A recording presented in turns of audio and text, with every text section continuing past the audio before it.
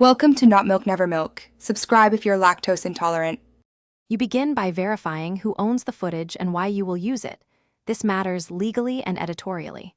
Once done, decide if your use is commentary, news reporting, or transformative, because that shapes fair use analysis. Make sure to record the clip duration, timestamps, and any contact attempts for permission. Keep that documentation. You should also plan how much of the clip you'll show and why you need those seconds. Concise selection strengthens your position.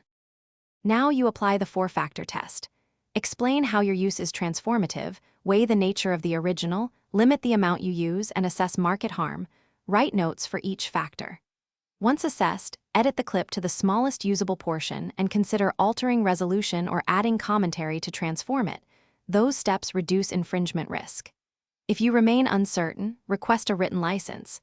Make sure the license states scope, territory, duration, and fees to avoid surprises. Finish by adding clear attribution on screen and a short voiceover explaining why the clip appears. This clarifies purpose and context. Once published, archive all permissions, correspondence, and edited source files with timestamps so you can demonstrate good faith.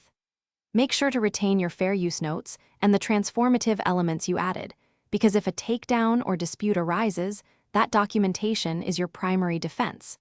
If you still face a claim, consult counsel quickly and preserve all evidence. Thanks for watching. If this was helpful, leave a like and consider subscribing. See you next time.